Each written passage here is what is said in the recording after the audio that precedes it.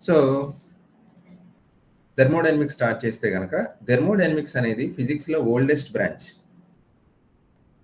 ఎందుకు oldest branch అంటే అసలు మనం మ్యాటర్ యొక్క స్ట్రక్చర్ ఆర్ కాంపోజిషన్ మనకి చాలా పాటు తెలియదండి.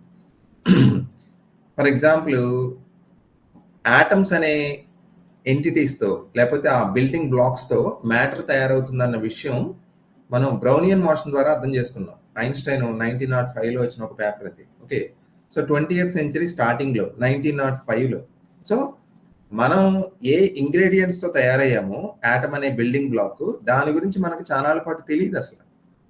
ఓకేనా? అయినప్పటికీ కూడా నీకు thermodynamics 18th century 17th century ఆ టైంలో డెవలప్ అయిన బ్రాంచ్ అది. ఓకేనా? 18th సెంచరీ అంటే అర్థం ఏంటి? Composition of matter or structure of matter తెలియకపోయినా సరే మ్యాటర్ని మనం అర్థం చేసుకోగలిగాం. ఓకేనా?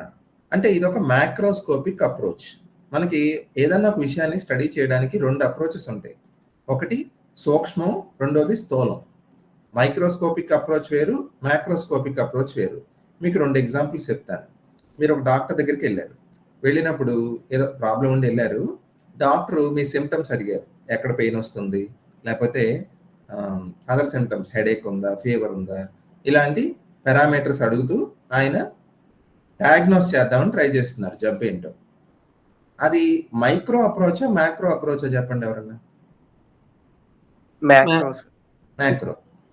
ఇంకో డాక్టర్ దగ్గరికి వెళ్ళారు. ఆయన ఏంటంటే మనల్ని అసలు పట్టుకోరు, మనతో మాట్లాడరు. కొంతమంది డాక్టర్లు అలాగే ఉంటారు, అస్సలు పలికే బంగారం ఆయన అన్నట్టు అసలు మాట్లాడరు కదా. అంటే తప్పు అంటలేదు, ఒక్కొక్కరు ఒక అప్రోచ్ ఉంటుంది. వాళ్ళు ఏంటంటే సింపుల్గా డైరెక్ట్గా టెస్టులు రాసేసి, బ్లడ్ సంథింగ్ ఇలా డిఫరెంట్ టెస్టులు రాసేసి ఆ టెస్ట్ ద్వారా, ఆ టెస్ట్ యొక్క రిపోర్ట్స్ ద్వారా వాళ్ళు డయాగ్నోసిస్ చేస్తారు. ఇది ఏ అప్రోచ్?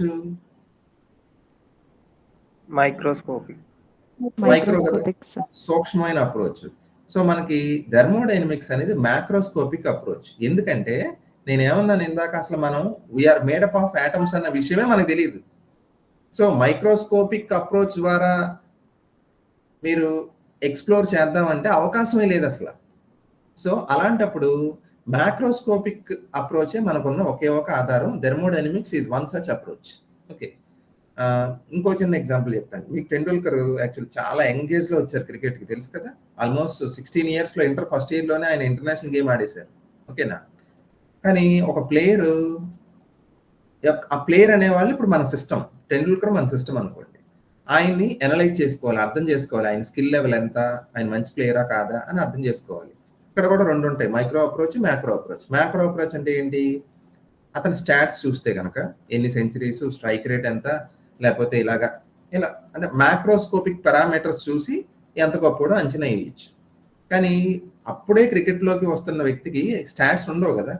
కానీ అప్పటికే హైప్ ఉంది బాగా టెండూల్కర్ మీద. ఆ హైప్ ఎలా వచ్చిందంటే, ఇప్పుడు మన సునీల్ గవాస్కర్ తెలుసు కదా, ఆయన టెండూల్కర్ నెట్లో ఆడుతున్నప్పుడు ఒకసారి చూశారంట. చూసినప్పుడు ఇప్పుడు ప్లేయర్స్ ఇంకో ప్లేయర్ని చూసే పర్స్పెక్టివ్ డిఫరెంట్గా ఉంటుంది. వాళ్ళు మ్యాక్రోస్కోపిక్ స్టాట్స్ చూడరు. అంటే స్ట్రైక్ రేట్ ఇలాంటి మ్యాక్రోస్కోపిక్ పారామీటర్స్ ద్వారా ప్లేయర్ని అసెస్ చేయరాళ్ళు. వాళ్ళు మైక్రో ఫీచర్స్ చూస్తారు. మైక్రో ఫీచర్స్ అంటే ఏంటో తెలుసా? ఫుట్ వర్క్ ఎలా ఉంది, బ్యాలెన్స్ ఎలా ఉంది, ఓకేనా, టిల్ట్ అవుతున్నాడా ఎటన్నా, ఇలా. ఇవి మైక్రోస్కోపిక్ అప్రోచ్ కదా. సో గవాస్కర్ అప్పుడు చూడగానే ఆయన కనిపెట్టారు, there is something special about Tendulkar అని. సో మైక్రోస్కోపిక్ అప్రోచ్ ద్వారా ఆయన కనుక్కున్నారు. మీకు స్టాటిస్టికల్ మెకానిక్స్ అని ఇంకోటి వస్తుంది, థెర్మోడైనమిక్స్కి అది ఆపోజిట్ అనమాట చెప్పాలంటే. థెర్మోడైనమిక్స్ ఏమో మ్యాక్రోస్కోపిక్ అప్రోచ్, స్టాటిస్టికల్ మెకానిక్స్ అనేది మైక్రోస్కోపిక్ అప్రోచ్. సూక్ష్మం నుంచి స్థూలాన్ని అర్థం చేసుకుంటాం. ఓకేనా? సో ఇక్కడ థెర్మోడైనమిక్స్ లో ఇది మ్యాక్రోస్కోపిక్ అప్రోచ్. అంటే క్రికెటర్ని స్ట్రైక్ రేట్ ఆధారంగా లేదా సెంచరీస్, హాఫ్ సెంచరీస్ ఆధారంగా అర్థం చేసుకునే ప్రయత్నం. ఓకేనా? సో థెర్మోడైనమిక్ ఈక్విలిబ్రియం అంటే ఏంటి? ఈక్విలిబ్రియం అంటే ఏంటి? సమతాస్థితి, స్టేబుల్ గా ఉండడం. అది 3 రకాలు. ఒకటి మెకానికల్ ఈక్విలిబ్రియం, మెకానికల్ గా బ్యాలెన్స్ లో ఉండడం. తర్వాత థర్మల్ అంటే టెంపరేచర్ పరంగా ఈక్విలిబ్రియం లో ఉండడం. ఇవన్నీ మనకు అర్థం అవుతుంది డ్యూరింగ్ ద కోర్స్. కెమికల్ గా ఈక్విలిబ్రియం లో ఉండడం. These are 3 types of equilibrium. ఇప్పుడు మనకు ఒక ఆబ్జెక్ట్ లేకపోతే ఒక సిస్టము థెర్మోడైనమిక్ ఈక్విలిబ్రియం లో ఉందని ఎప్పుడు అంటాం? ఈ 3 ఈక్విలిబ్రియంస్ లోనూ ఉండాలి. అది మెకానికల్ గాను, థర్మల్ గాను, కెమికల్ గాను 3 ఈక్విలిబ్రియంస్ సాటిస్ఫై చేస్తే అప్పుడు then we say that the system is in thermodynamic equilibrium. Okay, మనం థర్మోడైనమిక్స్ లో ఈ మ్యాక్రోస్కోపిక్ అప్రోచ్ లో మనం కొన్ని ప్లాట్స్ గీస్తాం, కొన్ని డయాగ్రామ్స్ అన్నమాట. ఆ ప్లాట్స్ ఆధారంగా సిస్టమ్ యొక్క బిహేవియర్ ని అనలైజ్ చేసి మనకు కావాల్సిన పారామీటర్స్ ని కనుగొంటాం. ఓకేనా? అందులో 2 ప్లాట్స్ ఇంపార్టెంట్. ఒకటి ఇండికేటర్ డయాగ్రామ్, రెండోది టిఎస్ డయాగ్రామ్. ఇండికేటర్ డయాగ్రామ్ అంటే చూడండి, ఇక్కడ indicator diagram, this is a graph drawn between indicator diagrams అంటే ఈ రెండు తీసుకోవచ్చమ్మా. పివి డయాగ్రామ్ అన్నా టిఎస్ డయాగ్రామ్ అన్నా. ఫస్ట్ పివి డయాగ్రామ్ చెప్తాను చూడండి. పివి డయాగ్రామ్, పి అంటే ప్రెజర్, వి అంటే వాల్యూమ్. వాల్యూమ్ ని ఎక్స్ యాక్సిస్ మీద, ప్రెజర్ ని వై యాక్సిస్ మీద తీసుకుని మనం ఒక గ్రాఫ్ గీస్తే దాన్ని మనం పివి డయాగ్రామ్ అంటాం. పివి డయాగ్రామ్ షేప్ ఎప్పుడు కూడా ప్యారలలోగ్రామ్ వస్తుంది. అంటే ఎప్పుడు కూడా మీకు కర్వ్డ్ లైన్స్ వస్తాయి తప్ప స్ట్రైట్ లైన్స్ రావు. ఇలా కర్వ్డ్ లైన్స్ వచ్చినప్పుడు ఒక సైక్లిక్ ప్రాసెస్ కి, ఇక్కడ ఏబిసిడి అంటే ఏంటో తెలిసి ఇక్కడ చూడండి. ఏ అనేది సిస్టమ్ యొక్క ఇనీషియల్ స్టేట్, మనం స్టార్ట్ అయిన పొజిషన్. ఇది సిస్టమ్ ఏదో ఒక ప్రాసెస్ కి లోన్ అయింది, ఏదో ఐసోథర్మల్ ప్రాసెస్, ఐసోబారిక్, ఏదో ఒక చేంజ్ వచ్చింది సిస్టంలో. అది ఏ నుంచి బికి వెళ్ళింది, అలాగే బి నుంచి మళ్ళీ ఇంకో చేంజ్ వచ్చింది, అది సికి వెళ్ళింది. సో ఇలాగ సిస్టమ్ సి నుంచి డికి వెళ్ళింది, డి నుంచి మళ్ళీ ఇనీషియల్ స్టేట్కి వచ్చింది. That's what we call a cyclic process. So ఒక సైక్లిక్ ప్రాసెస్ కి పివి డయాగ్రామ్ డ్రా చేస్తే, because it has curved lines, it is always a parallelogram. Okay, దీన్ని ఇండికేటర్ డయాగ్రామ్ అనొచ్చు. అలాగే టిఎస్ డయాగ్రామ్ అని ఇంకోటి ఉంటుంది. టిఎస్ డయాగ్రామ్ అంటే ఎంట్రోపీని ఎక్స్ యాక్సిస్ మీద, ఎంట్రోపీ అంటే ఏంటో చెప్పకుండా ఎంట్రోపీ అంటున్నాను, కానీ ఎంట్రోపీ మనకి సెకండ్ లా ఆఫ్ థర్మోడైనమిక్స్ లో వస్తుంది, అప్పుడు చెప్తాను. ఎంట్రోపీ కూడా ఒక మ్యాక్రోస్కోపిక్ పారామీటర్. ఓకేనా? ఎంట్రోపీని ఎక్స్ యాక్సిస్ మీద, టెంపరేచర్ని వై యాక్సిస్ మీద గీస్తే దాన్ని టిఎస్ డయాగ్రామ్ అంటారు. కాంట్రాస్ట్ ఏంటో చెప్పండి, రెండింటికి ఒక తేడా ఉంది, చూసి చెప్పండి. షేప్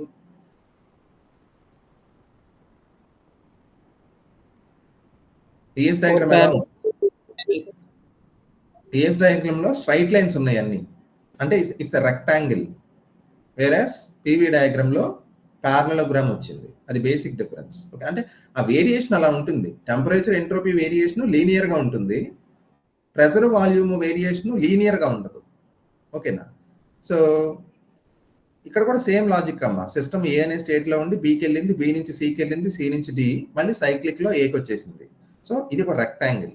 మనకి ఇండికేటర్ డయాగ్రామ్స్ నుంచి మనకి ఏం తెలుసుకోవచ్చు అంటే, ఒక సిస్టమ్ ఒక ప్రాసెస్ కి లోన్ అయినప్పుడు, ఒక సైక్లిక్ ప్రాసెస్ కి లోన్ అయినప్పుడు మనం ఆ డయాగ్రామ్ గీయడం వల్ల మనకున్న బెనిఫిట్స్ ఏంటి, మనకి ఏం తెలుస్తుంది, ఏ ఇన్సైట్ వస్తుందంటే 2 విషయాలు. ఒకటి, ఆ ప్రాసెస్ యొక్క ఎఫిషియన్సీ తెలుస్తుంది, దక్షత. ఎఫిషియెంట్ అంటే ఏం లేదమ్మా, నేను నీకు 100 రూపాయలు జీతం ఇస్తున్నాను, 100 రూపాయల పని ఎక్స్పెక్ట్ చేస్తాను, అంతే కదా?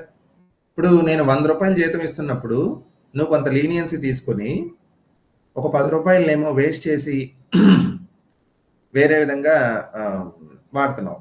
సో 90 రూపాయలకే పని చేస్తున్నావు నువ్వు, అంటే 90/100 కదా, ఎఫిషియన్సీ 90%. సో ఎఫిషియన్సీ అంటే ఏంటంటే మనం ఇచ్చిన ఎనర్జీని ఆ అప్రాప్రియేట్ పర్పస్ కి ఎంత ఎక్కువ ఖర్చు పెడుతున్నాం అనేది ఎఫిషియన్సీ. ఓకే, సో ఎఫిషియన్సీ మనం ఆ ప్రాసెస్ ఎంతో డయాగ్రామ్ చూసి చెప్పేయచ్చు. అలాగే వర్క్ డన్ ఎంతో చెప్పచ్చు. Efficiency and work done both can be determined basing on TS diagram or PV diagram. ఎలా అంటే చూడండి, పివి డయాగ్రామ్ లో ఈ ప్యారలోగ్రామ్ యొక్క ఏరియా ఇక్కడ రాశాను కదమ్మా, ప్యారలోగ్రామ్ యొక్క ఏరియా దేన్ని ఇస్తుంది మనకి? వర్క్ డన్ ఇస్తుంది. ఓకేనా? Work done is simply the area enclosed. TS లో కూడా అంతే, ఈ రెక్టాంగిల్ ఏరియా ఏదైతే ఉందో that gives you the work done. అంటే ఒక సైక్లిక్ ప్రాసెస్ కి, ఒక సిస్టమ్ కి ఇలాంటి డయాగ్రామ్ వచ్చింది, ఇంకో దానికి ఇలా వచ్చింది.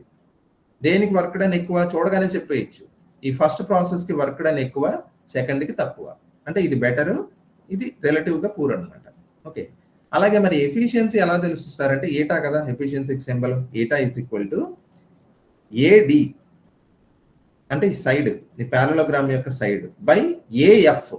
ఎఫ్ అంటే దీన్ని మనం స్ట్రైట్ గా ఇలాగా డ్రా చేస్తే ఎక్స్ యాక్సిస్ మీదకి అది ఎక్కడ ఇంటర్సెక్ట్ అయిందో దాన్ని ఎఫ్ అంటాం. So AD by AF is efficiency. అంటే ఒక ప్రాసెస్ ఎలా ఉందంటే ఇలా ఉందండి.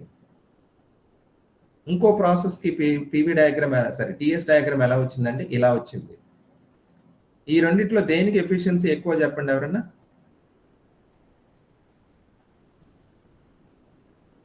ఫస్ట్ వన్ కా సెకండ్ వన్ కా?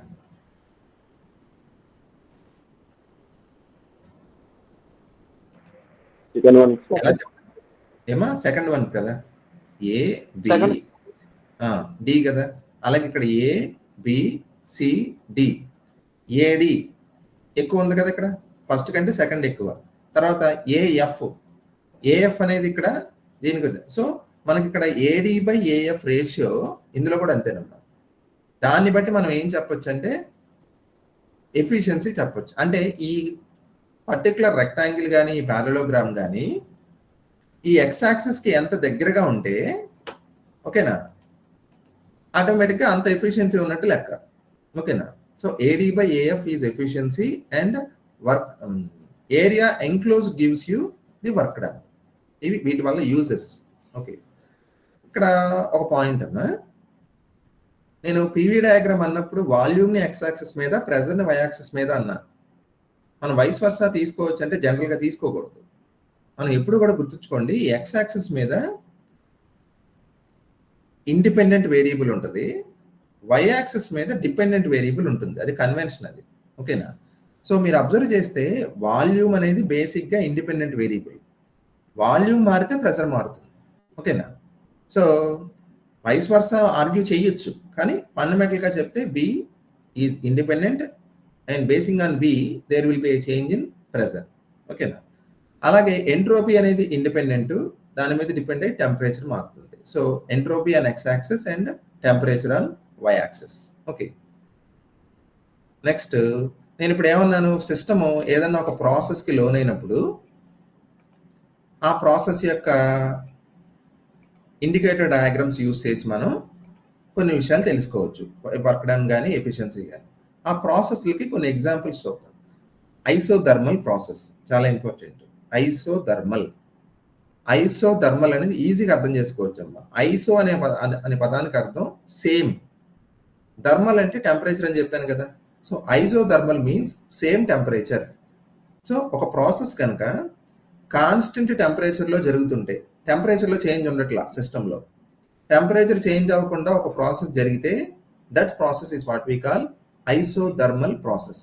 ఓకేనా. సో ఇక్కడ చూడండి ఏం రాశాను, ఐసోథర్మల్ మీన్స్ టెంపరేచర్ కాన్స్టెంట్. ఓకేనా.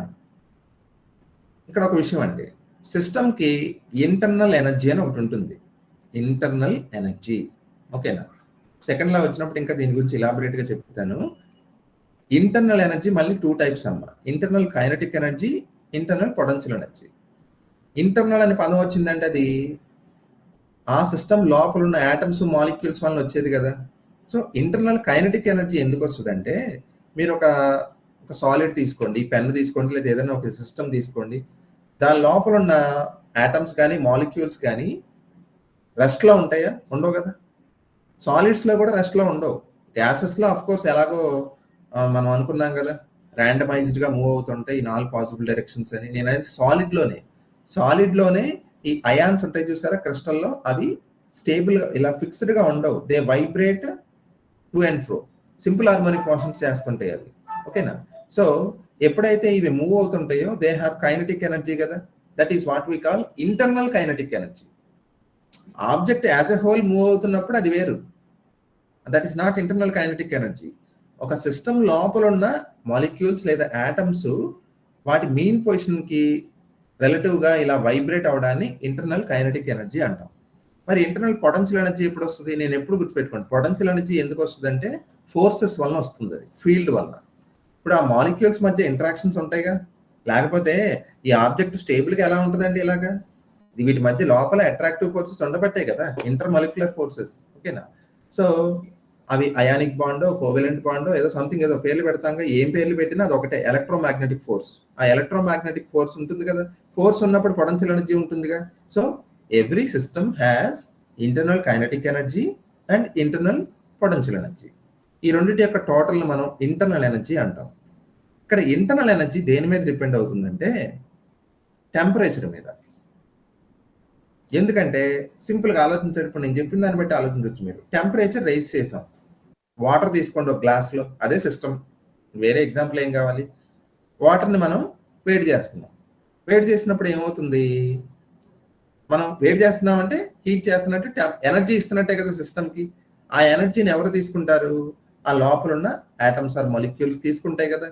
తీసుకొని అప్పుడు దాకా స్లోగా వైబ్రేట్ అవుతున్నాయి అవి. ఇప్పుడు ఏమవుతాయి, ఆ వైబ్రేషన్స్ కొంచెం పెరుగుతాయి, యాంప్లిట్యూడ్ పెరుగుద్ది, అంటే ఎనర్జీ పెరుగుతున్నట్టేగా. అంటే when you heat an object, దాని టెంపరేచర్ పెరుగుతుంది. టెంపరేచర్ పెరగడం అంటే అసలు ఏం జరుగుతుంది లోపల మైక్రోస్కోపిక్ గా ఏం జరుగుతుందంటే సింపుల్, మనం హీట్ చేసినప్పుడు లోపల ఉన్న మాలిక్యూల్స్ యొక్క ఇంటర్నల్ కైనెటిక్ ఎనర్జీ పెరుగుతుంది.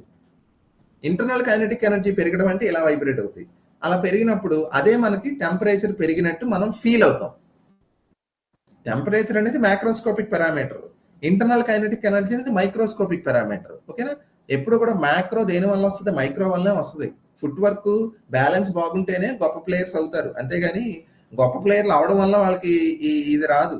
ఓకేనా. సో మైక్రో ఎప్పుడు ఇంపార్టెంటే, మైక్రో లీడ్స్ టు మ్యాక్రో. ఓకేనా. సో టెంపరేచర్ మీద ఇంటర్నల్ ఎనర్జీ డిపెండ్ అవుతుంది, అది బాటమ్ లైన్ గుర్తుపెట్టుకోండి. ఓకేనా. టెంపరేచర్ కనుక అంటే ఇంటర్నల్ ఎనర్జీ పెరిగినప్పుడు మనం ఏం ఫీల్ అవుతాం, దాన్ని చేయి కాలుతున్నట్టు ఫీల్ అవుతాం. అంటే ఇప్పుడు మరి ఎగ్జాంపుల్, మీరు ఒక కాఫీ కప్ పట్టుకున్నారు, పాలు తీసుకున్నారు, వేడి చేశారు పెట్టి, అప్పుడు దాకా పాలు పట్టుకుంటే కాలట్లా, సడన్ గా అవి కాలుతున్నాయి పట్టుకుంటే, అంటే ఏమైందనమాట, టెంపరేచర్ పెరిగింది అనుకుంటాం మనం. అంటే మైక్రోస్కోపిక్ ఏం జరుగుండాలి, లోపల ఉన్న మాలిక్యూల్స్ ఇందాకటి దాకా నీరసంగా వైబ్రేట్ అయినాయి, ఇప్పుడు ఫాస్ట్ గా వైబ్రేట్ అవుతున్నాయి అని అర్థం. ఓకేనా. Temperature is nothing but it's a measure of, అద కొలబద్ద దేనికి, it's a measure of internal kinetic energy. ఓకేనా.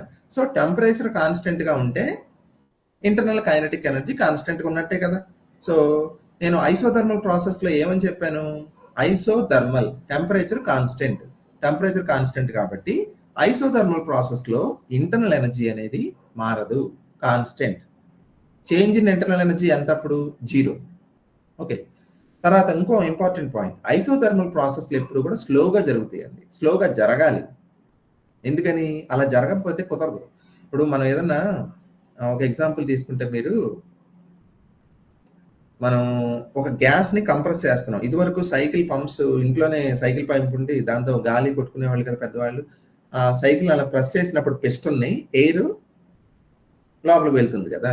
ప్రెస్ చేసినప్పుడు మనం వర్క్ చేస్తున్నాం కదా గ్యాస్ మీద, అప్పుడు ఏమవుతుంది, కొంత ఆ రాడ్ పట్టుకున్నప్పుడు వేడిగా అనిపిస్తుంది. ఓకేనా. సో సిస్టమ్ సరౌండింగ్స్ కి మధ్య హీట్ ఎక్స్చేంజ్ జరుగుతుందిగా. ఓకేనా. ఇప్పుడు మనకి ఎక్కువసేపు జరిగే ప్రాసెస్లలో ఏమవుతుందంటే, సిస్టమ్ హీట్ ని గెయిన్ చేస్తే దాన్ని సరౌండింగ్స్కి వదిలేస్తుంది, హీట్ ని కనుక లూజ్ అయితే సరౌండింగ్స్ నుంచి తీసుకుంటుంది. సో ఆ ఇచ్చిపుచ్చుకునే ప్రాసెస్ జరిగిన తర్వాత దాని టెంపరేచర్ ఏమైపోద్ది, మళ్ళీ కాన్స్టెంట్ అయిపోద్దిగా. సో మనం కనుక సిస్టమ్కి టైం ఇస్తే ఎక్స్చేంజ్ చేసుకోవడానికి, ఎనర్జీని ఎక్స్చేంజ్ చేసుకోవడానికి, హీట్ని ఎక్స్చేంజ్ చేసుకోవడానికి టైం ఇస్తే ఆ ప్రాసెస్ జనరల్గా ఐసోథర్మల్ అవుతుంది, అంటే అవి స్లోగా జరుగుతాయి ఐసోథర్మల్ ప్రాసెస్. ఓకేనా. తర్వాత నెక్స్ట్ పాయింట్, ఐసోథర్మల్ ప్రాసెస్లో బాయిల్స్ లా అనేది వ్యాలిడ్ అమ్మా. బాయిల్స్ లా ఏంటో తెలుసు కదా, PV is equal to constant, pressure is inversely proportional to volume. Of course ఎప్పుడు టెంపరేచర్ కాన్స్టెంట్ గా ఉన్నప్పుడు. ఓకే. ఐసోథర్మల్ ప్రాసెస్ లో వర్క్ డానికి ఫార్ములా 2.3026, ఇది చాలా సార్లు అడిగారమ్మా. 2.3026 RT log V2/V1 to the base 10. మీకు ఇక్కడ ఒక విషయం చెప్పాలి, ఇక్కడ లాగర్థం అనేది జనరల్ గా మనకి బేస్ 10 ఉంటుంది, అలాగే బేస్ ఈకి ఉంటుంది. ఎప్పుడు కూడా డిఫాల్ట్ గా ఇదే ఉంటుందమ్మా. ఫార్ములాస్ అన్ని కూడా న్యాచురల్ గా బేస్ ఈకే రాస్తాం. బేస్ 10కి రాసినప్పుడు ఏం చేస్తాం, 2.3తో మల్టిప్లై చేసి బేస్ 10 అని రాస్తాం. ఓకేనా. మీరు క్యాలిక్యులేటర్ లో కూడా చూడండి, సైంటిఫిక్ క్యాలిక్యులేటర్ లో లాగ్ అని ఒక బటన్ ఉంటుంది, ఎల్ఎన్ అని ఇంకో బటన్ ఉంటుంది. ఎల్ఎన్ అంటే అర్థం బేస్ ఈ అని అర్థం, లాగ్ అంటే బేస్ 10 అని అర్థం. ఓకేనా. సో మీకు లాగ్ 100 బేస్ ఈ కావాలంటే మీరు క్యాలిక్యులేటర్లో ln 100 కొట్టాలి. ఓకేనా? సో ఇక్కడ మీకు ఎగ్జామ్లో ఒకసారి ఏం చేస్తారంటే options worked in isothermal process అని పెట్టిస్తారు. అన్నీ ఇలాగే ఉంటాయి సిమిలర్గా. 2.3026 RT log V2/V1 బేస్ ఈ అని ఒకటి పెడతాడు ఆప్షను. మీరు సేమ్ 2.3026 అని చెప్పి log V2/V1 to the base 10 అని పెడతారు. ఓకేనా? ఏది కరెక్ట్ అంటే చూసుకోవాలి. 2.3026 వచ్చిందంటే లాగర్థం బేస్ 10 ఉన్నట్లు లెక్క. ఓకేనా? అలా కాదు, దీన్ని ఇదే వర్క్ డన్ని మనం బేస్ ఈలో రాయాలంటే ఎలా రాయాలి? 2.3026 రాయకూడదు. రాయకుండా ఏమని రాయాలి? RT log V2/V1 to the base ఈ అని రాయాలి. ఇది రెండు కరెక్టే. ఓకేనా? సో అది కొంచెం జాగ్రత్తగా గుర్తుపెట్టుకోండి అమ్మా. ఇక్కడ వర్క్ డన్ అన్నప్పుడు ఇప్పుడు గ్యాస్ విషయం తీసుకోండి. గ్యాస్ వర్క్ చేసింది అంటే అర్థం ఏంటి? గ్యాస్ అంటే పరిగెట్టదు ఎక్కడికది. ఇప్పుడు మామూలుగా మెకానిక్స్ లో లాగా ఆబ్జెక్ట్స్ పరిగెడతాయి. వర్క్ డన్ అంటే ఫోర్స్ ఇంటూ డిస్ప్లేస్మెంట్ అంటాం. గ్యాసెస్ ను స్టడీ చేస్తున్నప్పుడు వర్క్ డన్ అంటే అర్థం ఏంటి? వాల్యూమ్ చేంజ్ అవ్వడం. వర్క్ డన్ కి ఫార్ములా ఏంటి? W ఈజ్ ఈక్వల్ టు, ఇందులో థర్మోడైనమిక్స్ లో W is equal to PdV. P అంటే ప్రెషరు, dV అంటే వాల్యూమ్ లో వచ్చిన చేంజ్. ఒక గ్యాస్ కనుక వాల్యూమ్ కాన్స్టెంట్ గా ఉందనుకోండి, వర్క్ డన్ 0. PdV గుర్తుపెట్టుకోండి. dW is equal to PdV. ఓకేనా? సో వాల్యూమ్ చేంజ్ అవుతుందని చెప్తున్నాను కదా. V1 ఏమో ఇనీషియల్ వాల్యూమ్. ఆ ప్రాసెస్ జరిగాక వాల్యూమ్ ఏమైంది? పెరిగింది అనుకోండి ఫర్ ఎగ్జాంపుల్ V2. అప్పుడు వర్క్ డన్ ఏమవుతుంది? 2.3026 log V2/V1 to the base 10 or RT log V2/V1 to the base E. ఎలానో చెప్పచ్చు. Next adiabatic process. Adiabatic process అంటే ఏం లేదమ్మా. అడియాబాటిక్ మీన్స్ సిస్టమ్ కి సరౌండింగ్స్ కి మధ్య హీట్ ఎక్స్చేంజ్ ఉండదు. హీట్ ఎక్స్చేంజ్ జరుగుతుంది ఖచ్చితంగా. మనం ఉండేది ఒక సొసైటీలో కదా. మనం బయటకు వెళ్ళినప్పుడు మన ఒపీనియన్స్ బయట వాళ్ళకి చెప్తాం, మన ఐడియాస్ వేరే వాళ్ళకి చెప్తాం, వేరే వాళ్ళ ఐడియాస్ మనం తీసుకుంటాం. There is bound to be knowledge exchange కదా. అలాగే ఇప్పుడు ఒక వేడి కాఫీని తీసుకొచ్చి మా మిస్సెస్ ఇక్కడ పెట్టింది అనుకోండి. నేనేమో క్లాస్ లో పడి నేను తాగట్లేదు అది అనుకోండి ఫర్ ఎగ్జాంపుల్. ఇప్పుడు ఈ కాఫీ కప్ అనేది సిస్టమ్. చుట్టూ ఉన్న ఎయిర్ మాలిక్యూల్స్ లేకపోతే ఏదన్నా అదంతా సరౌండింగ్స్. ఇక్కడ పెట్టగానే ఏమవుతుంది? కాఫీ కప్ గ్రాడ్యువల్ గా అది సరౌండింగ్స్ తో మాట్లాడుతుంది అంటే నా ఉద్దేశం, కాఫీ కప్ వేడిగా ఉంది కదా, టెంపరేచర్ ఎక్కువ, చుట్టూ ఉన్న ఎయిర్ టెంపరేచర్ తక్కువ. టెంపరేచర్ డిఫరెన్స్ ఉన్నప్పుడు ఏమవుతుంది? హీట్ అనేది వేడిగా ఉన్న వస్తువు నుంచి చల్లని వస్తువుకి హీట్ ట్రాన్స్ఫర్ అవుతుంది. కామన్ సెన్స్ కదా అది. సో కాఫీ కప్ అంటే system, it loses heat to the surroundings. అలాగే సరౌండింగ్స్, ఒకవేళ నేను ఐస్ క్రీమ్ తీసుకొచ్చి పెట్టింది అనుకుంటాను, ఇక్కడ రివర్స్ జరుగుతుంది. ఐస్ క్రీమ్ చల్లగా ఉంటుంది, చుట్టూ ఉన్న ఎయిర్ వేడిగా ఉంటుంది కాబట్టి ఐస్ క్రీమ్ అనే system it gains heat from the surroundings. అంటే మొత్తానికి హీట్ ని కోల్పోవడమో గెయిన్ చేయడమో, there will be exchange of heat with surroundings. System కి సరౌండింగ్స్ కి మధ్య ఇచ్చిపుచ్చుకోవడం అనేది జనరల్ గా ఉంటుంది. తను ఏం చేసిందంటే సార్ తెలివిగా క్లాస్ లో పెడితే నేను విన్నని చెప్పి తాగనని చెప్పి ఫ్లాస్క్ లో తీసుకొచ్చి పెట్టింది ఇక్కడ కాఫీ. అంటే ఏమవుతుంది అప్పుడు? ఫ్లాస్క్ అంటే ఏంటి? ఇన్సులేటర్ కదా. అంటే ఏమవుతుంది అప్పుడు? సిస్టమ్ నుంచి సరౌండింగ్స్ కి హీట్ ట్రాన్స్ఫర్ ఉండదు. ఓకేనా? హీట్ ట్రాన్స్ఫర్ ఉండదు కాబట్టి ఆ ప్రాసెస్ని ఏమనాలి? అడియాబాటిక్ ప్రాసెస్ అనాలి. అర్థమవుతుందా? సో ఫ్లాస్క్ లో ఉంచిన కాఫీ ఎగ్జాంపుల్ దేనికి ఎగ్జాంపుల్? అడియాబాటిక్ కి ఎగ్జాంపుల్. అంటే సిస్టమ్ అనేది ఎలా ఉంటుందంటే ఐసోలేటెడ్ గా, సరౌండింగ్స్ తో సంబంధం ఉండదు దానికి. సరౌండింగ్స్ కి సిస్టమ్స్ కి మధ్య హీట్ ఎక్స్చేంజ్ ఉండదు. ఓకేనా? ఇప్పుడు నేను ఒక ప్రశ్న అడుగుతాను, చెప్పండి. అడియాబాటిక్ ప్రాసెస్ లో టెంపరేచర్ కాన్స్టెంటా మారుతుందా?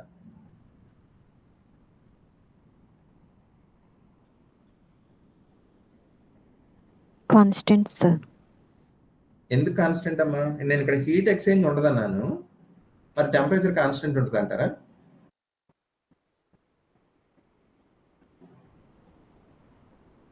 అంటే మీరు ఈ ఎగ్జాంపుల్లో అలా అనుకోవడంలో తప్పేం లేదు.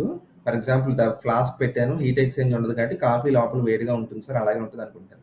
ఈ ఎగ్జాంపుల్ కేసులో అది కరెక్టే. కానీ మామూలుగా ఆలోచించండి మీరు. మనం గనక అడియాబాటిక్ ప్రాసెస్ చేసినప్పుడు ఏమవుతుందంటే హీట్ ఎక్స్చేంజ్ ఉండదు కదా. ఒకవేళ వర్క్ జరిగింది అనుకోండి, వర్క్ జరిగినప్పుడు ఏమవుతుంది? ఆ వర్క్ చేయడానికి కావాల్సిన ఎనర్జీ సిస్టమ్ తన ఇంటర్నల్ ఎనర్జీ నుంచి తీసుకుంటది. తర్వాత కొన్ని ఎగ్జాంపుల్స్ వస్తాయి. అప్పుడు ఏమవుతుందంటే బయట నుంచి హీట్ రాదు కాబట్టి సిస్టమ్ కూల్ అయిపోద్ది. సో అడియాబాటిక్ ప్రాసెస్లో టెంపరేచర్ కాన్స్టెంట్ అని మనం చెప్పలేము. టెంపరేచర్ ఏమవ్వచ్చు, మారచ్చు, మారకపోవచ్చు.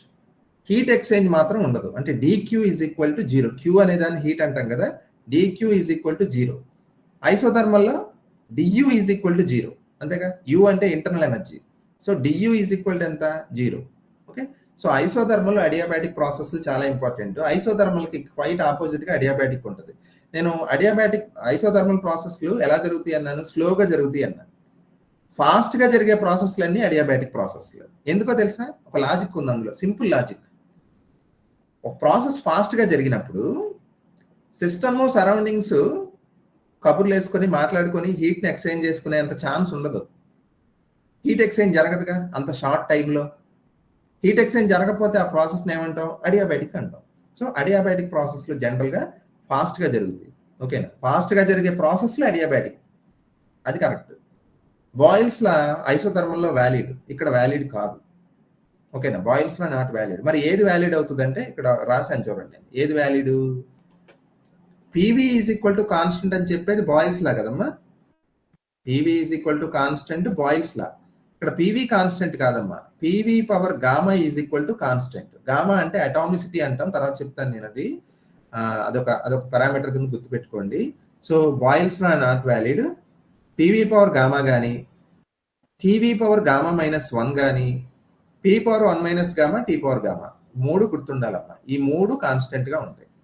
అలాగే వర్క్ డన్ కి పైన ఫార్ములా రాశాం కదా, అది ఇక్కడ మారుతుంది చూడండి. వర్క్ డన్ ఫార్ములా ఏంటి ఇక్కడ, P2V2 minus P1V1 by gamma -1 కానీ, R into T1 minus T2 by gamma -1. R అంటే ideal gas constant. T1 T2 ఏంటి, టెంపరేచర్స్ కదా. T1 T2 ఇక్కడ చూసారా, T1 T2 వచ్చింది.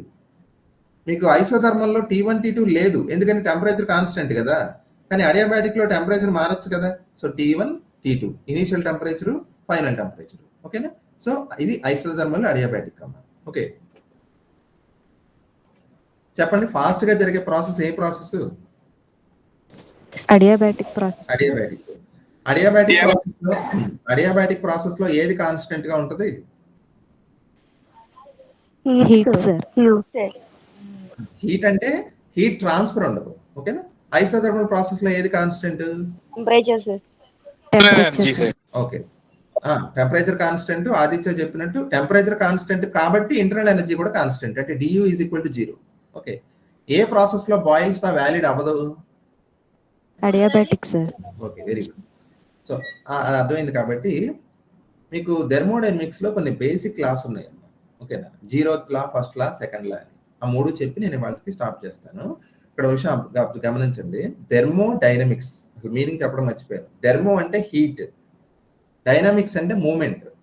సో థెర్మోడైనమిక్స్ అంతా కూడా మనం ఏ స్టడీ చేస్తామంటే transfer of heat from one body to another ఎలా జరుగుతుంది, ఏ కండిషన్స్ లో జరుగుతుంది, ఏ డైరెక్షన్ లో జరుగుద్ది, ఇవన్నీ స్టడీ చేసేదాన్ని థెర్మోడైనమిక్స్ అంటాం. ఓకేనా. సో 0th లా థెర్మోడైనమిక్స్, మనం ఎప్పుడు కూడా ఈ పేరు వినం జనరల్ గా, 0th లా అని వినం. First law, second law, third law, first harmonic, second harmonic అంటాం కానీ 0th లా అని అనం. ఓకేనా. ఇప్పుడు కాలేజ్ టైం టేబుల్ 10 నుంచి స్టార్ట్ అవుతుంది అనుకోండి, 10 to 1, 10 to 11 ఏమో first hour, 11 to 12 second hour.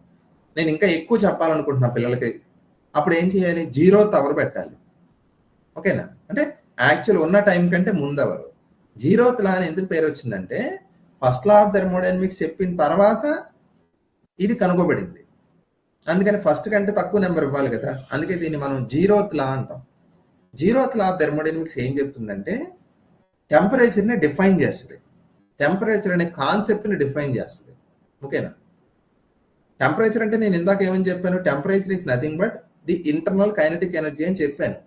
మనం మ్యాక్రోస్కోపిక్ గా టెంపరేచర్ అంటే ఎలా డిఫైన్ చేస్తామంటే, ఇప్పుడు ఏ అనే ఒక సిస్టమ్, బి అనే ఒక సిస్టమ్, సి 3 ఉన్నాయి. ఏ అనేది బితో థర్మల్ ఈక్విలిబ్రియం లో ఉంది. అంటే థర్మల్ ఈక్విలిబ్రియం అంటే ఏం లేదమ్మా, ఇక్కడ చూడండి, నేను ఇందాక కాఫీ ఎగ్జాంపుల్ తీసుకున్నాను. వేడి కాఫీ తీసుకొచ్చి ఇక్కడ పెట్టారు. ఓకేనా, హీట్ ట్రాన్స్ఫర్ ఉంటుందా ఉండదా చెప్పండి,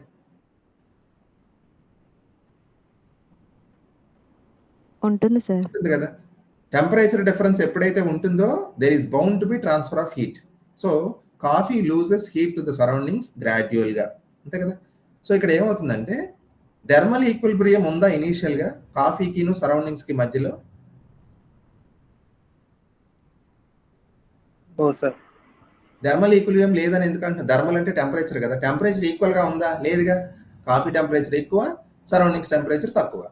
so with time as the coffee loses more and more heat to the surroundings it is cooled, అంతే కదా. ఎంతవరకు కూల్ అవుతుంది అది? ఐస్ గటగటేస్తుంది ఏంటి? గటగటేస్తుందా కాఫీ? చెప్పండి, ఎంతవరకు కూల్ అవుతుంది? సరౌండింగ్ టెంపరేచర్ కి ఈక్వల్ అయినంత వరకు. అంతే కదా. సో సరౌండింగ్స్ టెంపరేచర్ కి ఈక్వల్ అయ్యేదాకా ఆ ప్రాసెస్ జరుగుతుంది, అక్కడ ఆగిపోతుంది. అంటే థర్మల్ ఈక్విలిబ్రియం వచ్చింది. ఓకేనా. సో థర్మల్ ఈక్విలిబ్రియం అంటే ఏం లేదు, సేమ్ టెంపరేచర్ రావడం. సో ఇప్పుడు ఏ అనేది బితో థర్మల్ ఈక్విలిబ్రియంలో ఉందమ్మా, బి అనేది సితో థర్మల్ ఈక్విలిబ్రియంలో ఉంది. ఆటోమేటిక్గా ఏ సి థర్మల్ ఈక్విలిబ్రియంలో ఉన్నట్టే కదా. So A equal to B, B equal to C అయితే ఏ ఈక్వల్ టు సి అవ్వాలి కదా. సో అదే zeroth law.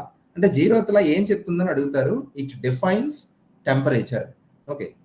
Next first law of thermodynamics. First law of thermodynamics అనేది ఏంటంటే మనం ఒక సిస్టమ్కి హీట్ ఇచ్చినప్పుడు when we supply heat to the system అది రెండు రకాలుగా యూటిలైజ్ అవుతుంది. ఓకేనా. ఒకటి, కొంత హీట్ ఏమో సిస్టమ్ తన స్వార్థానికి ఉపయోగించుకుంటుంది. స్వార్థానికి అంటే నా ఉద్దేశం దాని ఇంటర్నల్ ఎనర్జీ పెంచుకుంటుంది. అసలు మనం సిస్టమ్కి ఎవరికన్నా మనం డబ్బులు ఎందుకు ఇస్తామండి? పని చేయడానికే కదా. ఓకేనా. ఇక్కడ చూడండి, ఈక్వేషన్ చూడండి ఒకసారి, బాగా అర్థం అవుతుంది. dq is equal to du plus dw. Q అంటే నేను ఎప్పుడు కూడా థర్మోడైనమిక్స్ లో గుర్తుపెట్టుకోండి, హీట్. U అంటే ఇంటర్నల్ ఎనర్జీ, W అంటే వర్క్ డన్. ఓకేనా. dq is equal to du plus dw. ఇది ఏం చెప్తుందంటే dq అంటే మనం సిస్టమ్కి ఇచ్చిన హీట్, అది రెండు రకాలుగా ఉపయోగపడుతుంది. ఒక పార్ట్ ఏమో ఇంటర్నల్ ఎనర్జీ ఇంక్రీజ్ చేయడానికి, అంటే అది స్వార్థానికి వాడుతున్నట్టే. dw అంటే ఏంటి? పని చేయడానికి, వర్క్ డన్. ఓకేనా.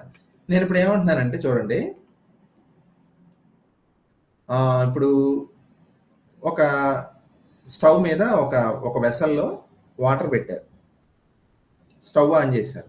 స్టవ్ ఆన్ చేశారంటే you are giving heat energy to the system, dq. అది ఎన్ని రకాలుగా యూజ్ అవుతుంది మీరు అర్థం చేయండి. ఆ ఎగ్జాంపుల్లో మనం ఇచ్చిన హీటు ఎక్కువ శాతం దేనికి ఉపయోగపడుతుంది? వాటర్ వేడెక్కడానికి ఉపయోగపడుతుంది. అంటే ఇంటర్నల్ ఎనర్జీ పెరగడానికే కదా, du. దాని మీద ఒక మూత పెట్టించారు మీరు. ఓకేనా. మూత పెట్టించితే బాగా వాటర్ వేడెక్కిన తర్వాత మూత ఏమవుతుంటది చెప్పండి? అది పైకి వస్తుంది కదా, ఇలా మూవ్ అవుతుంది కదా, కొట్టుకుంటది. సో అది వర్క్ డన్. ఓకేనా. అంటే the heat energy which we give to the system used in two ways. ఒకటి, to increase the internal energy and to do work. So dq is equal to du plus dw. ఓకేనా. So అదే రాశాను కదా చూడండి, ఇక్కడ heat is equal to internal energy plus work done. Okay. ఇక్కడ మాట రాశాను చూడండి, హీటును వర్క్ డన్ రెండు స్టేట్ ఫంక్షన్స్ కాదు. ఓకేనా. అవి ఒక పర్టికులర్ స్టేట్ మీద డిపెండ్ అయ్యేవి కావు. dq అని రాసామంటే అది చిన్న అమౌంట్ అని చెప్పడానికే తప్ప it is not a state function. కానీ ఇంటర్నల్ ఎనర్జీ అనేది మాత్రం ఒక స్టేట్ ఫంక్షన్ అన్నమాట. ఒక ప్రత్యేకమైన స్థితి మీద, అంటే కోఆర్డినేట్స్ మీద డిపెండ్ అవుతుంది, పాయింట్ నుంచి పాయింట్కి. ఓకేనా. So first law of thermodynamics ఏం చెప్తుంది అనమాట, కొత్త విషయం ఏం చెప్పట్లా, మనకు తెలిసిన విషయమే చెప్తుంది. మనం ఇచ్చిన ఎనర్జీ రెండు రకాలుగా యూజ్ అవుతుంది. కొంత ఏమో తన జోబులో వేసుకుంటుంది. ఓకేనా. ఇప్పుడు 100 రూపాయలు ఇచ్చాము ఒకటి పని చేయమని, వాడు అందులో 10 రూపాయలు తీసుకుని జోబులో వేసేసుకున్నాడు. అంటే ఇంటర్నల్ ఎనర్జీ తన వరకు ఉపయోగించుకుంటున్నాడు. ఒక 90 రూపీస్తో మనం చెప్పిన పని చేస్తున్నాడు. So dq is equal to du plus dw. So అది నథింగ్ బట్ ఏంటది? లా ఆఫ్ కన్జర్వేషన్ ఆఫ్ ఎనర్జీయే కదా. ఎనర్జీని మనం డిస్ట్రాయ్ చేయలేం, క్రియేట్ చేయలేం. అది ఎలా యూజ్ అవుతుంది? ఒక రూపం నుంచి ఇంకో రూపంలోకి. మనం ఇచ్చిన హీట్ ఎనర్జీ ఎలా యూటిలైజ్ అయింది? కొంత రూపంలో ఏమో ఇంటర్నల్ ఎనర్జీ పెరగడానికి, అంటే వేడెక్కడానికి, కొంత ఎనర్జీ ఏమో వర్క్ చేయడానికి. సో అది నథింగ్ బట్ ఏంటి? Law of conservation of energy. So అందుకే చాలాసార్లు ఇచ్చిన బిట్ ఏంటి? First law of thermodynamics is nothing but law of conservation of energy. Okay. So దీనికి ఇంకో ఫామ్ ఉందమ్మా. ఏంటా form? W is equal to JH. ఇలా కూడా రాయొచ్చు. డబ్ల్యూ అంటే వర్క్ డన్, హెచ్ అంటే హీట్ ప్రొడ్యూస్డ్. ఓకేనా? So mechanical equivalent of heat అంటాం డబ్ల్యూని. ఓకేనా? ఇక్కడ జే వాల్యూ ఎంత అంటే 4.2 జౌల్ ఫర్ క్యాలరీస్. ఓకేనా? So W equal to J H. So d Q is equal to d U plus డిడబ్ల్యూని పర్ఫెక్ట్ గా రాయాలంటే ఎలా రాయాలి తెలుసా? అసలు ఇలా రాయాలి, delta Q is equal to d U plus d W. ఎందుకు ఇలా రాసామంటే delta Q delta W state functions కాదు, అందుకని వాటిని డి అని రాయకూడదు. యూ అనేది మాత్రం స్టేట్ ఫంక్షన్ కాబట్టి delta Q is equal to d U plus d W. ఓకేనా? సో ఇది first law of conservation of energy. ఇప్పుడు ఇవన్నీ మీతోనే చెప్పిస్తాను చూడండి. ఐసోథర్మల్ ప్రాసెస్ లో ఏది కాన్స్టెంట్ చెప్పండి? Temperature sir. Temperature constant. Correct. Temperature constant కాబట్టి టెంపరేచర్ కాన్స్టెంట్ గా ఉంటే ఏది కాన్స్టెంట్? Internal energy constant. అప్పుడు యూ కాన్స్టెంట్ కాబట్టి డియూ ఎంత అవుద్ది? 0 కదా. So first law of thermodynamics ఏ రూపంలోకి మారుతుంది ఐసోథర్మల్ ప్రాసెస్ లో? సింపుల్, ఏమవుతుంది? ఐసోథర్మల్ ప్రాసెస్ కి టెంపరేచర్ కాన్స్టెంట్ అంటే డియూ ఈజ్ ఈక్వల్ టు 0 కాబట్టి ఏమవుతుంది process? D Q is equal to d W. అంతేగా? సో చూడండి, డియూ ఈజ్ ఈక్వల్ టు 0 అంటే d Q is equal to W. ఇది గుడ్ బాయ్, రాముడు మంచి బాలుడు లాగా. ఏమవుతుంది ఇక్కడ చూడండి, మనం ఇచ్చిన హీట్ అంతా కూడా దేనికి ఉపయోగపడుతుంది? టు డూ వర్క్ చేయడానికి వర్క్ మైండెడ్ అనమాట ఐసోథర్మల్ ప్రాసెస్. బాగా అంటే మీకు అర్థం కావడానికి సరదాగా అలా చెప్తున్నా. నా ఉద్దేశం ఇంటర్నల్ ఎనర్జీ పెరగకూడదని అలా కాదు, మన రిక్వైర్మెంట్ బట్టి ఉంటుంది అది. ఓకేనా? సో మనం ఇచ్చిన హీట్ మొత్తం వర్క్ చేయడానికి ఉపయోగపడుతుంది ఎందులో? ఐసోథర్మల్ ప్రాసెస్ లో. ఓకేనా? అడియాబాటిక్ ప్రాసెస్ చూడండి. అడియాబాటిక్ ప్రాసెస్ లో సిస్టమ్ కి సరౌండింగ్స్ కి మధ్య హీట్ ట్రాన్స్ఫర్ ఉండదుగా. అంటే ఎలాంటిదంటే ఒక ఫ్లాస్క్ తీసుకుని కింద మంట పెట్టి వేడి చేస్తున్నావు, నువ్వు ఉపయోగం ఏమైనా ఉంటుందా? ఫ్లాస్క్ ఐసోలేటెడ్ కదా, సరౌండింగ్స్ నుంచి హీట్ తీసుకోదు. సో డిక్యూ ఎంత ఇక్కడ? 0. నువ్వు హీట్ ఇవ్వలేవు సిస్టమ్కి. సో డిక్యూ 0 అయినప్పుడు ఏమవుతుంది చూడండి, డియూ ఈజ్ ఈక్వల్ టు ఎంత? Minus DW. ఓకేనా? మైనస్ డిడబ్ల్యూ అంటే అర్థం ఏంటి? ఇక్కడ మీకు సైన్ కన్వెన్షన్ చెప్పాలి, వినండి జాగ్రత్తగా, చాలా చాలా ఇంపార్టెంట్. ఇది కేర్ఫుల్గా వినండి అమ్మా. జనరల్ గా heat supplied to the system DQ positive గా తీసుకుంటాం. అన్ని సందర్భాల్లో మనం సిస్టమ్కి హీట్ ఇవ్వడం కాదు, కొన్ని సందర్భాల్లో సిస్టమ్ హీట్ ని కోల్పోతుందిగా. ఇందాక కాఫీ ఎగ్జాంపుల్ అదే జరిగింది. Heat lost by the system ని నెగిటివ్ గా తీసుకుంటాం. ఓకేనా? Heat gained by the system or given to the system ని పాజిటివ్ అంటాము, heat lost by the system negative. అలాగే డియూ అంటే ఏంటి? ఇంటర్నల్ ఎనర్జీలో వచ్చిన మార్పు కదా. ఇంటర్నల్ ఎనర్జీ పెరిగితే దాన్ని పాజిటివ్ అంటాం, తగ్గితే నెగిటివ్ అంటాం. అలాగే డిడబ్ల్యూ మరి ఎలా అంటే వర్క్ డన్ కదా. Work done by the gas అయితే పాజిటివ్ తీసుకుంటాం, work done on the gas అయితే నెగిటివ్ తీసుకుంటాం. నేను మళ్ళీ ఒకసారి చెప్తాను, నోట్ చేసుకోండి అమ్మా. ఎలా అంటే heat supplied positive d Q, heat lost అనేది d Q negative. Internal energy increase అయితే పాజిటివ్, డిక్రీజ్ అయితే negative. Work done by the gas అయితే positive, work done on the gas అయితే నెగిటివ్. మీరు అడియాబాటిక్ ప్రాసెస్ లో డిక్యూ 0 అయింది కదా, అంటే ఏమవుతుంది అప్పుడు చూడండి, డిక్యూ 0 అయింది కాబట్టి డియూ ఈజ్ ఈక్వల్ టు ఏమైంది? మైనస్ డిడబ్ల్యూ అయింది. అంటే అర్థం ఏంటంటే ఇక్కడ వర్క్ చేయడానికి కావాల్సిన ఎనర్జీని సిస్టమ్ ఎక్కడి నుంచి తీసుకుంటది? తన ఇంటర్నల్ ఎనర్జీని తీసుకుంటది. ఓకేనా? ఇది అపర త్యాగమయ్య అనమాట. సిస్టమ్ నుంచి మనం హీట్ ఇవ్వట్లేదు సిస్టమ్కి, కానీ వర్క్ చేస్తుంది. ఎలా చేస్తుంది? తన పాకెట్ లో డబ్బులు ఖర్చు పెట్టుకుని, తన ఇంటర్నల్ ఎనర్జీని ఖర్చు పెట్టుకుని సిస్టమ్ వర్క్ చేస్తుంది. ఓకేనా? సో ఇప్పుడు నేను అడిగేది ఒక విషయం చెప్పండి, ఎవరు ఇది చెప్తే గ్రేటే మీరు. ఓకేనా? మీకు సబ్జెక్ట్ వచ్చినట్టు అనుకోవచ్చు. నేను ఒక ఎగ్జాంపుల్లో ఒక గ్యాస్ వర్క్ చేసింది, work done by the gas, దాని టెంపరేచర్ పెరుగుద్దా తగ్గుద్దా?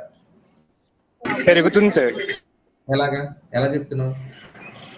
తను ఇంటర్నల్ ఎనర్జీ యూజ్ చేసుకుంటది కాబట్టి కూల్ అవుతుంది కదా. అలా కాదు, మ్యాథమెటిక్స్ లో చెప్పండి. D U is equal to minus d W కదా. అది అడియాబాటిక్ ప్రాసెస్, అది చెప్పడం మర్చిపోయింది, సారీ. అది అడియాబాటిక్ ప్రాసెస్. అడియాబాటిక్ ప్రాసెస్ లో ఉండగా ఒక గ్యాస్ అది వర్క్ చేసింది, దాని మీద వర్క్ జరగల, అది వర్క్ చేసింది. అప్పుడు దాని టెంపరేచర్ ఏమవుద్ది? ఈక్వేషన్ చూసి చెప్పండి.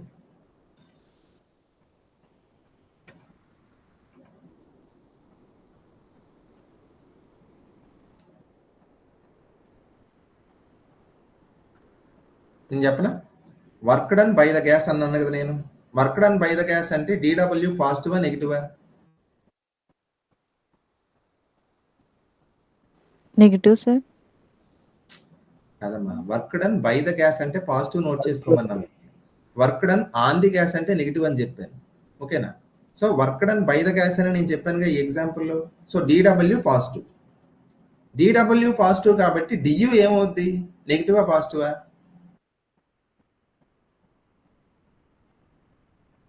నెగిటివ్ అవుతుంది. నెగిటివ్ అవుతుందిగా, మైనస్ ఉంది కదా అక్కడ, మైనస్ ఉంది. So d U negative.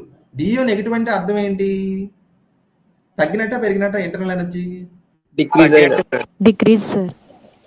డిక్రీజ్ కదా. ఇంటర్నల్ ఎనర్జీ తగ్గిందంటే గ్యాస్ ఏమై ఉండాలి, చల్లబడి ఉండాలి. ఎందుకు చల్లబడుతుంది? Common sense. పాపం అదే కదా పనిచేసింది పాపం. ఆ ఎనర్జీని ఎక్కడి నుంచి తీసుకుంది? అది ఇంటర్నల్ ఎనర్జీ నుంచి తీసుకుంది. అంటే తన పాకెట్లో డబ్బులు ఖర్చు పెట్టింది. అంటే చల్లబడక ఏమవుద్ది, చల్లబడుతుంది. ఇప్పుడు ఇంకో ఎగ్జాంపుల్ చెప్తాను, చెప్పండి. ఒక కాఫీ ఫ్లాస్క్ ఉంది. ఆ ఫ్లాస్క్ ని నేను షేక్ చేశాను. ఇంకొంచెం క్లియర్ ఎగ్జాంపుల్ చెప్తాను. ఈసారి గ్యాస్ ఉందమ్మా, అడియాబాటిక్ కండిషనే. ఈసారి గ్యాస్ మీద నేను వర్క్ చేశాను. Work done by the gas కాదు, work done on the gas. అప్పుడు దాని టెంపరేచర్ ఏమవుద్ది?